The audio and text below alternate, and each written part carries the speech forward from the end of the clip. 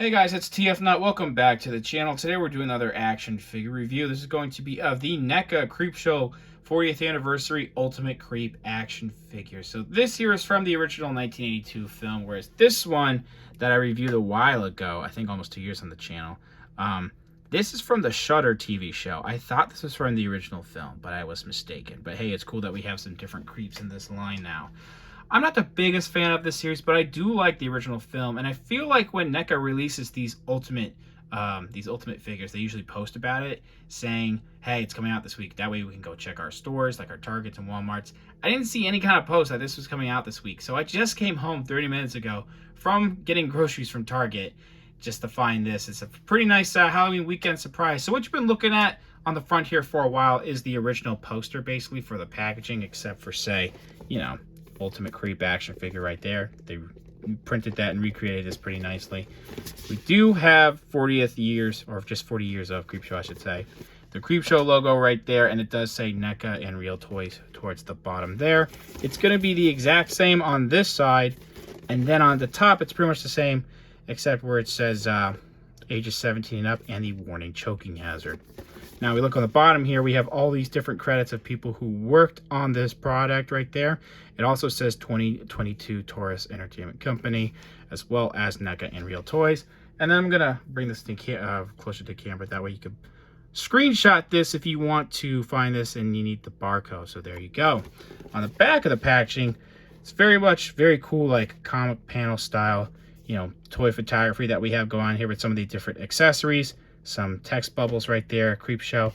And then zooming in here, this pretty much just goes over some of the stories that are in that original movie right there, if you want to pause and read that. You open this up. Here is some cool photography of the creep right there. That looks really cool. And then the figure in the box with all the contents you see there. Let's go ahead and get this figure out of the packaging. Here's the figure out of the box, and I think that this is a pretty solid figure overall. I will say, if you were expecting a completely different figure compared to the Shudder version that came out a while ago, sorry to disappoint, because I haven't taken off all the soft goods yet, but I do believe that this body is reused from that previous one. I don't really mind too much. We'll take a look at all of that in a second. Let's take a look at the accessories that this figure comes with, then we'll take a closer look at the figure. Starting off with the accessories, is this really cool head sculpt. Look at that nice popped out eye, the nice exposed eye socket with the where it would be the nose, that hole right there. All this nice like brown paint on the skin, looks like it's flaking off and rotting off. All that looks fantastic, and even nice printing on the eyes, like I mentioned. Looking really great. They have this really nice like light gray, almost like charcoal looking paint on the teeth there. Really disgusting looking teeth. That's sick. And then all these nice wrinkles and exposed areas around the jaw, and then this hinges. You can see the roof of the mouth is nicely detailed with some nice paint, and then where the rest of the jaw would be. That's really sick. And then we have this translucent hair piece, if I could speak. You can see there's a little bit of this this frost white paint towards the end here, but then we get to the roots in the back of the head. It's very dirty looking, almost like a brownish yellowish looking type of paint that they're using, but all that looks really nice. It's slightly soft, but I would be careful with this. Now the other head here, this is really sick looking. Look at all the nice glossiness in the gums and those nice teeth. I also like the glossiness around the eye sockets, and those eyes looking forward look really great too. All those nice exposed sores and the fragments of the skull, all that looks great. It's like this dark gray plastic with a little bit of brown in here, a little bit of like this pinkish, almost, I don't know, like a slight pinkish like brown almost, as you could see, with just how that rotted bone's supposed to look. And this hair piece, as you see, it does pop off. I'll check to see if these hair pieces with the head it comes packaged with are interchangeable in a second. Popping that back on is a little difficult because there's two different grooves. They have this one in the middle that's a circle, and then this one on the side for the groove right there. So there you go. And then this hinges too, so that's sick. I don't know if I mentioned it, but the green eyes and like the exposed nose, all that is great. This time around, instead of like a dirty yellowish back here, it's mostly just white frost looking like in the roots and then in the tip of the hair, and it's mostly just this slight translucent plastic. Okay, So the jack-o'-lantern here does not light up, unfortunately, but it's still really cool looking. This sculpt for this jack-o'-lantern is really sick. I'm glad that I was able to get enough figures from NECA as well as a Mezco Michael Myers. Now I have this really nice collection of all these different jack-o'-lanterns, and I can add this one to it because I think that the overall sculpting looks great. I like how the eyes are cut out, and the nose, and the mouth too. And I like how it looks a little bit dirty on the outside, like they weren't able to, like, there'd be no reason to, but like washing it, you know, it's like, it's just dirty. You got it from a pumpkin patch and it's dirty. So I like that they put that in between these creases to make it look dirty, and it looks great. The bottom here, very nice. I mean, you can tell this really big seam line here is a little bit distracting, but that looks great. The top here where that stem is, I guess that would be the stem. That looks really realistic. That is so cool looking. Now the immersion's broken a little bit by the hole here, but look at that. Open that up. This is very realistic looking details of this carved, like, you know, seeds and just the guts of this thing, looking really sick with a little bit of light orange thrown throughout there. Looking throughout all of here, they have more of that light orange paint. I think it could be spread out a little bit better. I feel like there's just some areas where it's just glopped in there. But on the rim here, that's sick. This is very cool looking. I'm digging this. You can, if you have a small enough light, if you can even find one, if they have one, you can put one in there, and then there you go. There's your LED. Okay, so we also have this candle piece here. Looks like I was able to remove this. Not entirely sure if you should, but hey, it comes out and pops back in just easily. But this is mostly molded in this orange, a little bit of like a light orange or yellowish paint on there. And then right here, they added some orangish right there to make it look like it's lit up. So what I like is we have this like mostly like almost bluish or greenish, like grayish paint or sculpt here for what would be the candle holder, and they have all these nice little like demons or creeps sculpted on there, looking really sick. Very small and intricate, so they did a pretty decent job at getting that in there. And here's the base. They have a little bit of detailing on the bottom there.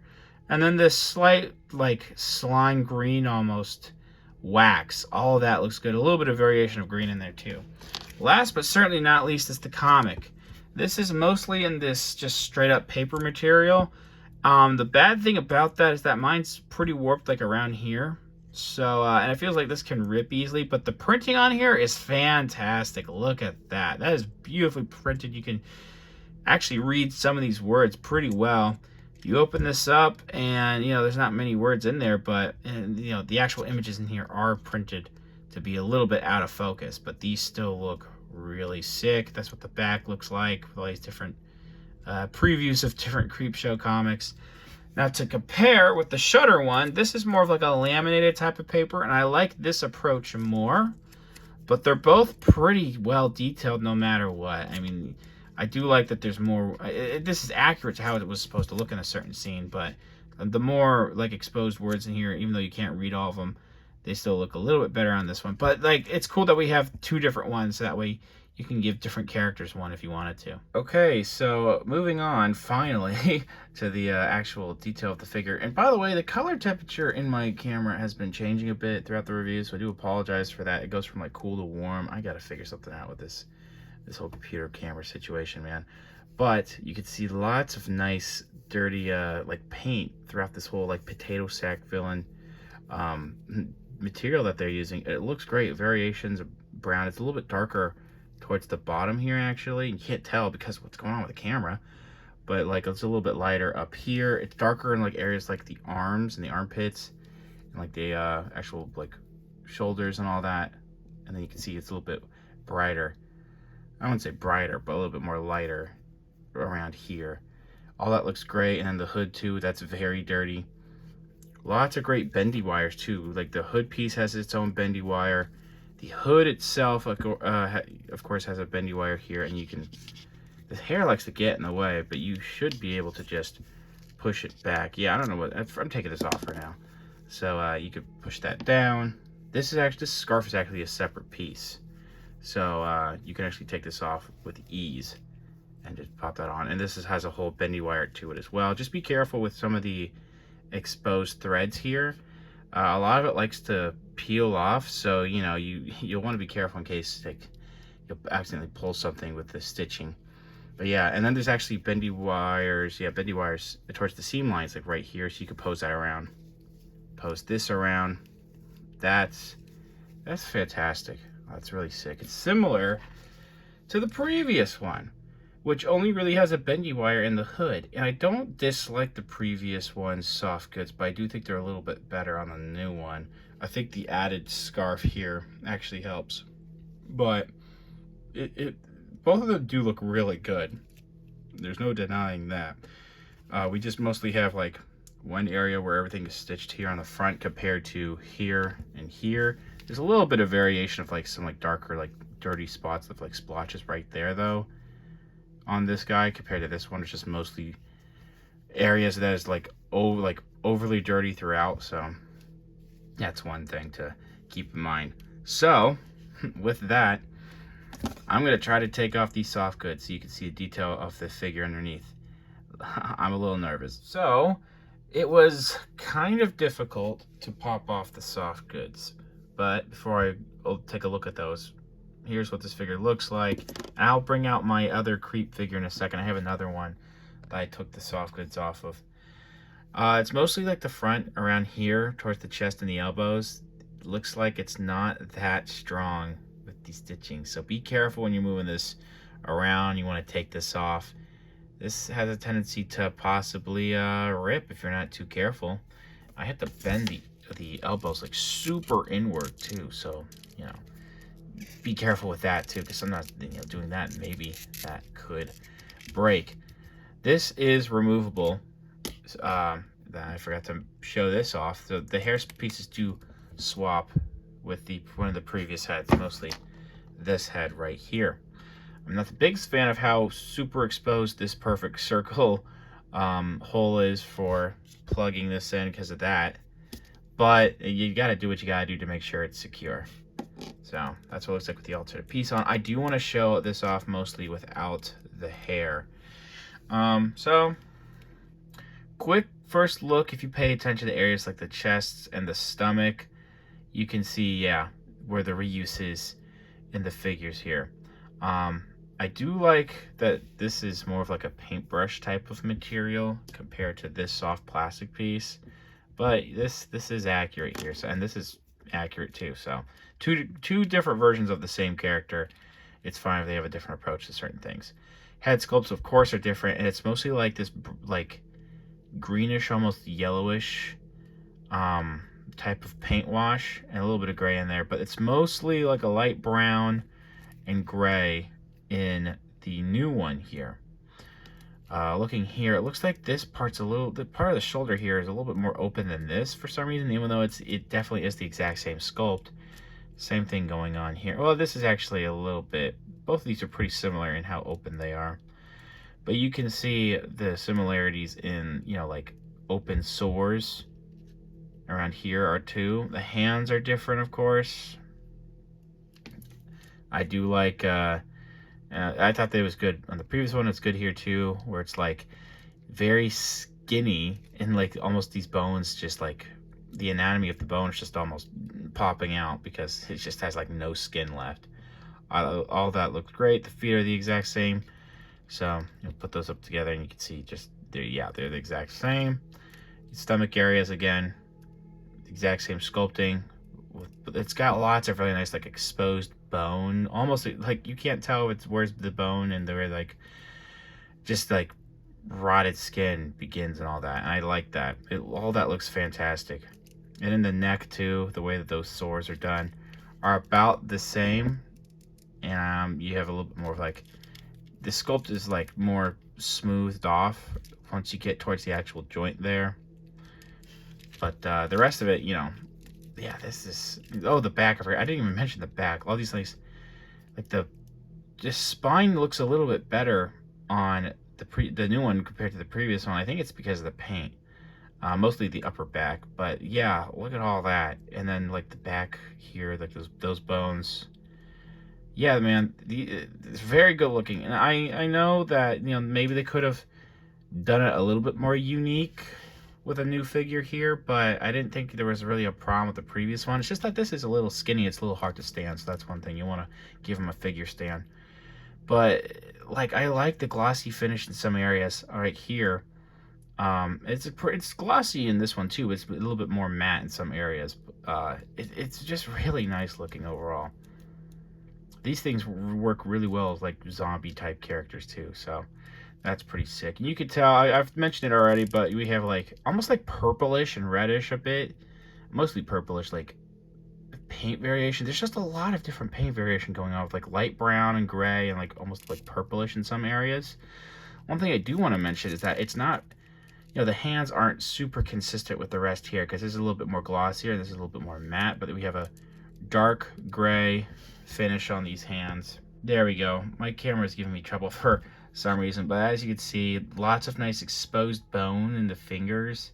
A little bit of like muddy brown like around here too, compared to like the gray that's going on there. That looks great. And you look at the inside of the hand, that exposed bone, some holes in there too. The fingernails are super long. That's sick. This hand too, it's mostly like posed in this way to almost hold something. You can see the inside of the hands on this one is also really nice too. It's every time I bring up my fingers when the color temperature changes on my end, unfortunately. But look on the back of the hands here, nice sores with some nice brown paint sprinkled throughout. This head sculpture comes packaged with, to end this off, end this section off, I should say. This is very, very good looking. Look at like the nice exposed skull, like the skin tearing off, nice sores, glassy eyes, and it's not as glossy, but there's a little bit of gloss in the teeth and the gums compared to this one here. It's glossier. Yeah, look at it. It's just very, it's not the exact same sculpt, of course. Like they like retooled it a little bit on this one and then just did the exact same. No. It's a completely different head sculpt. Like the overall shape is the same, but like the sculpting is really, really sick. And you just tell just by how like some of the sores look, like open exposed parts of the skull, that yeah, there's a completely different head sculpts. This is just so spooky and grotesque. Not super grotesque. They've done more grosser, but still, just like this zombie type character, it's just so nice looking how they captured it. And the eyes are also really nicely painted on here too, and it also has an articulated jaw, and so you can like look towards the top there again, and yeah, that's just, all this is just very fantastic looking. Articulation is going to be pretty decent on this figure. So we have this ball peg dumbbell joint type system here. When you move it too far forward, it does want to pop off, and even then there's a little bit of gappage right there, but that's as far down as it wants to look. Kind of similar with the gappage. I mean, you can cover that up with the jaw, but it can look up that far. The tilt, there's really no problem. Actually, going side to side sometimes it's a little weird and difficult, but the swiveling, no problem there. The hinge jaw is really nice. That's as far down as that one goes. This one is about the same, and then this one has the best far down motion out of all of them. Arms could go outward like this, looking actually really nice. Arms go all the way around here. So we have a swivel right here at the elbow, and then we have a double jointed elbow right there, and then right here at the lower part, it also swivels here too. Just be careful with this exact part. One of the previous ones of this one I owned, it broke right here, so yeah, just be careful there. Swivel at the wrist as well as a hinge at the wrist for both hands. Swivel here. Could be better forward. Yeah. Well, actually, no, the forward's pretty decent. The back is what is a bit of a problem. Side to side is okay, but the swiveling's really nice. Legs go out really far because it will move around a little bit, as you see here. So, kicking all the way forward like that. This is a little bit of a softer plastic right there to help with that. The splits are actually really good too. And then the thigh swivel's a little bit tight right here. Single jointed knee that almost gets 90, but it swivels here as well. The hinge on this ankle is not great. It's really tight, so I'm not going to mess around with it too much. But we do have an ankle rocker. Quick size comparisons. Looks like Creep's going to be a little bit taller than a normal human NECA sized figure, I should say. compared to Ash from the first ever Evil Dead movie on the left. And on the right, with that Geralt from Witcher 3 from McFarlane Toys, Creep is also going to be a little bit taller. And as you can see, the figure in the middle is going to be taller than a Marvel Legends and a Star Wars The Black Series figure. Overall, I do think this is a pretty sick figure, especially if you're a fan of Creepshow.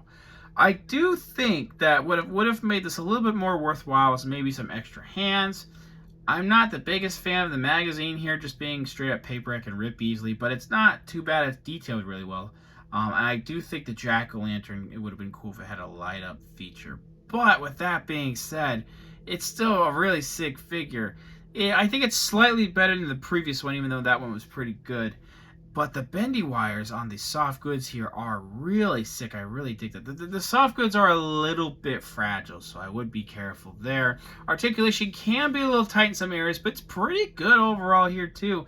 And the overall detail painted sculpt, I mean, it's NECA. What do you expect? They did a really great job. This thing is a little expensive. It's like 30 to 35 bucks. I think it's around that range. Maybe like 33. So yeah, if you need like a zombie army builder too, I do recommend this for that. That's what I like to get these as. So that's pretty much it. Thank you guys for watching. Please subscribe to the channel if you haven't already. Comment down below what you think about the figure, what you think about the review. Leave a like, share amongst your friends. Follow me on Instagram for more content over there, and I'll see you guys later.